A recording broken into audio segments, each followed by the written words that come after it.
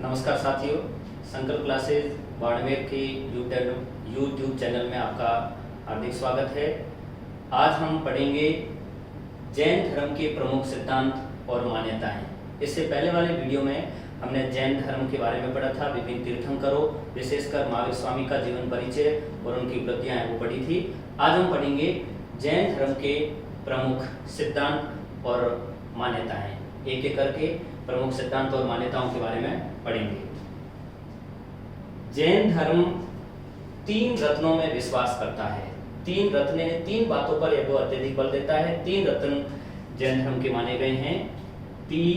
त्रिरत्न जैसे बोलते हैं, त्रिरत्न में विश्वास।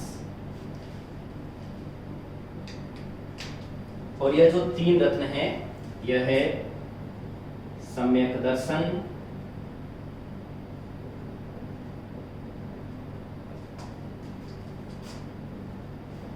सम्यक चरित्र और सम्यक ज्ञान। अच्छी दृष्टि, अच्छा चरित्र रखना और अच्छा ज्ञान, यह जैन धर्म के 3 प्रमुख रत्न हैं। 3 रत्नों में जैन धर्म विश्वास करता है। जैन धर्म 5 महाव्रतों में है वो विश्वास करता है।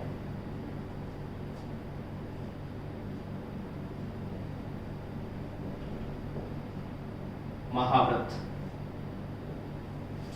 5 महाव्रतों में यह विश्वास करता है। और यह 5 महाव्रत है, यह है अहिंसा, सत्य, असत्य, अपरिग्रह और ब्रह्मचर्य। यह 5 महाव्रत है, यह जैन धर्म का प्रमुख मान्यता है। अहिंसा यानी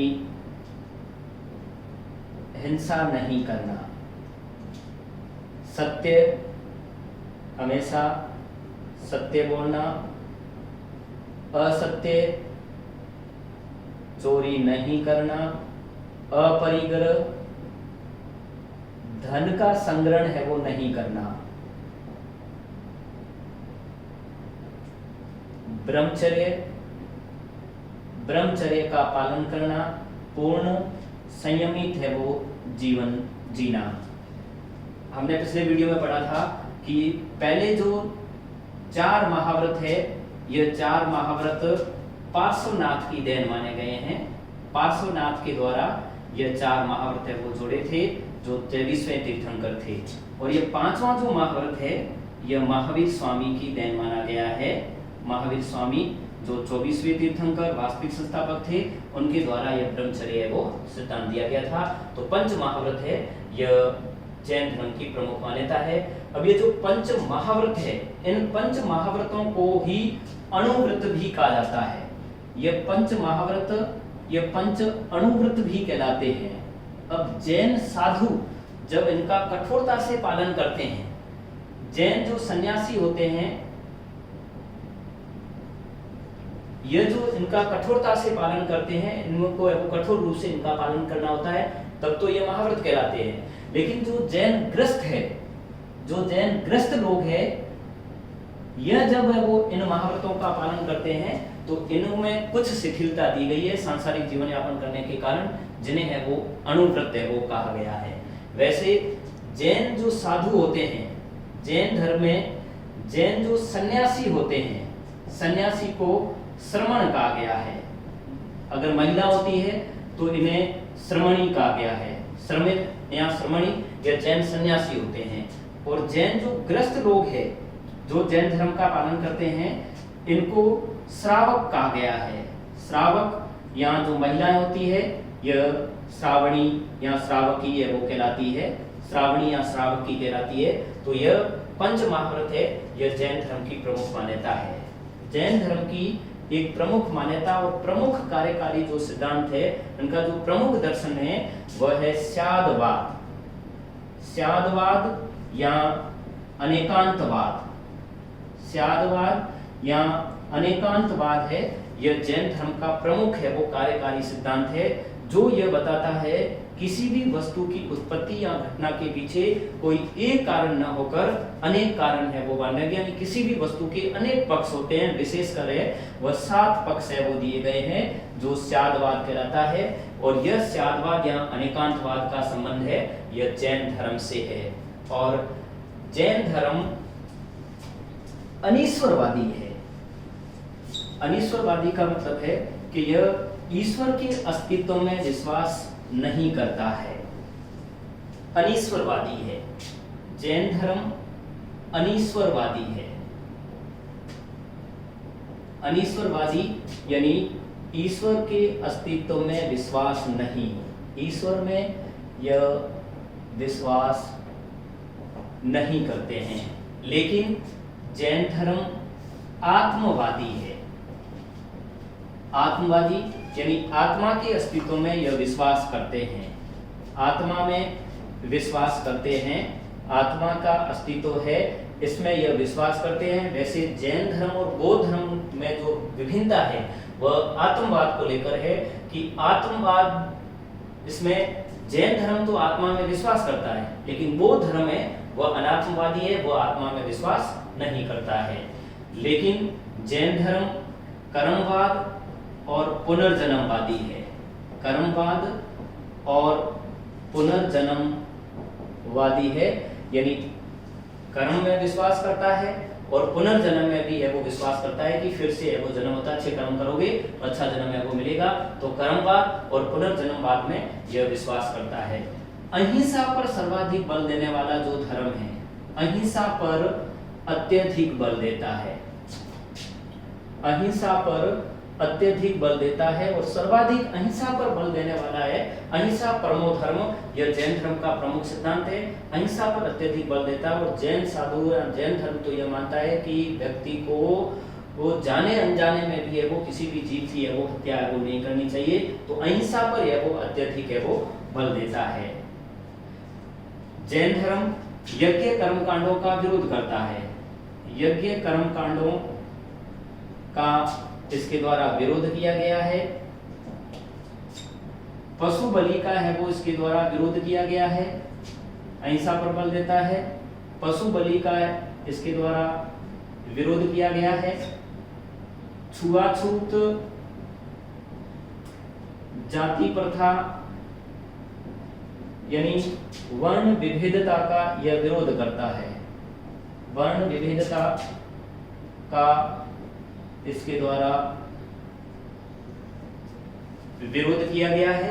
जैन धर्म की एक प्रमुख मान्यता और सिद्धांत है जिसे कहा जाता है सलेखना। सलेखना या इसे संथारा भी कहा जाता है। वैसे जो श्वेतांबर पंथी है वैसे सलेखना और दिगंबर पंथी है वह इसे संथारा कहते हैं। सलेखना और संथारा यह मृत्यु को वर्ण करने की एक विधि है जिसमें जैन धर्म का पालन करने वाला व्यक्ति को जब यह लगता है कि उसके द्वारा है वो पूरे अपने यथानुसार है वो कार्यक्रम है वो पूरे कर लिए गए हैं, जीवन यापन है वो कर लिया गया है, तो उसके बाद में वह उपवास के द्वारा यानी अन्न जल को त्याग कर अपना शरीर है वो त्यागता है। ऐसी जो पद्धति है वह सलेखना कहलाती है, यानी उपवास के द्वारा शरीर त्याग करना। उपवास से शरीर त्यागने की जो विधि है वह सलेखना है वो कहलाती है। तो यह जैन धर्म की प्रमुख मान्यता है।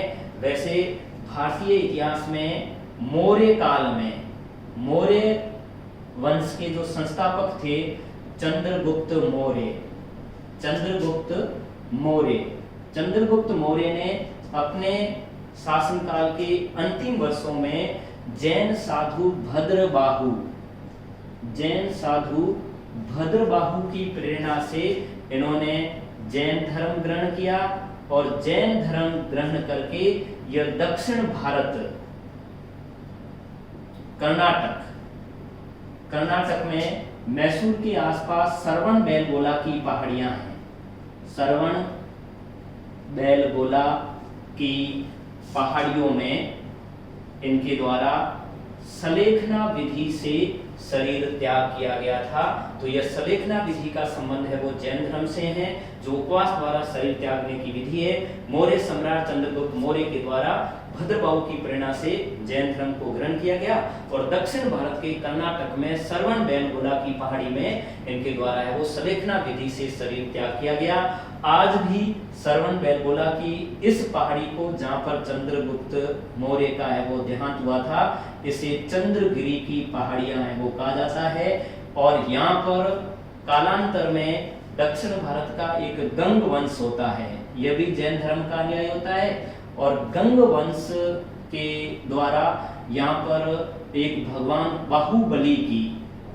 बाहुबली जो है वो ऋषभ देव के पुत्र होते हैं, इनकी एक बड़ी प्रतिमा यहाँ पर लगाई जाती है। 57 फीट ऊंची है वो यहाँ पर प्रतिमा लगाई जाती है। और यहाँ पर है वो प्रति 12 वर्षों के बाद में जैन धर्म का एक बड़ा आयोजन होता है, जिसे कहा जाता है महामस्तका अभिषेक। तो चंद्रगुप्त मौर्य के द्वारा इस संथारा विधि से अपना शरीर त्याग किया था। और इतिहास में इस संथारा विधि से शरीर त्याग करने वाले एक अन्य शासक के बारे में भी उल्लेख मिलता है। इंद्र चतुर्थ राष्ट्रकूट शासक होते हैं, इंद्र चतुर्थ राष्ट्रकूट शासक होते हैं, इनके द्वारा भी इस संथारा विधि से अपना शरीर त्याग किया गया था। तो संथारा विधि का संबंध है यह जैन धर्म से है। जैन धर्म में पर्युषण पर्व यह जैन धर्म में 18 दिन का है वो प्रमुख रूप से है वो यह पर्व मनाया जाता है, जिसमें जैन प्रतिष्ठान आदि है वो बंद रहते हैं। तो यह पर्युषण पर्व का संबंध है यह जैन धर्म से है। जैन धर्म में सुगंध दशमी पर्व भी है वो मनाया जाता है। सुगंध दशमी यह पर्व भी जैन धर्म से संबंधित है। भाद्रपद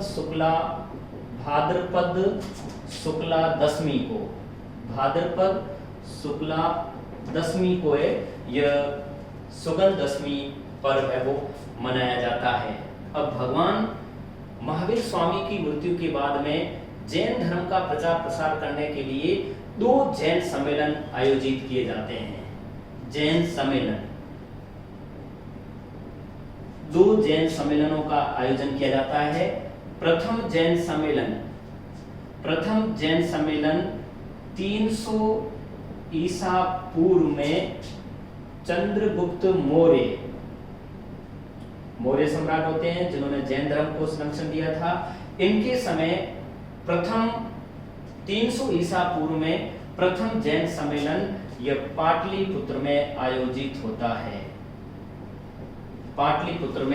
आयोजित होता है, जिसकी अध्यक्षता करते हैं स्थूलभद्र, यानी स्थूल बाहु भी कहा जाता है, यह इसकी है वो अध्यक्षता करते हैं।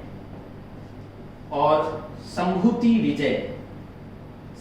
बाहु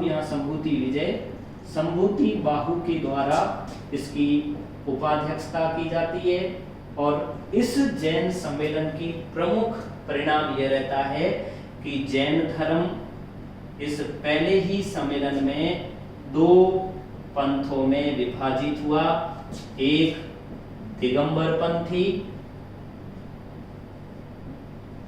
जिसके प्रमुख साधु होते हैं भद्रबाहु, जिसकी प्रेरणा से चंद्रगुप्त मौर्य के द्वारा है वो जैन धर्म ग्रहण किया गया था। और दूसरा होते हैं श्वेतांबर पंथी,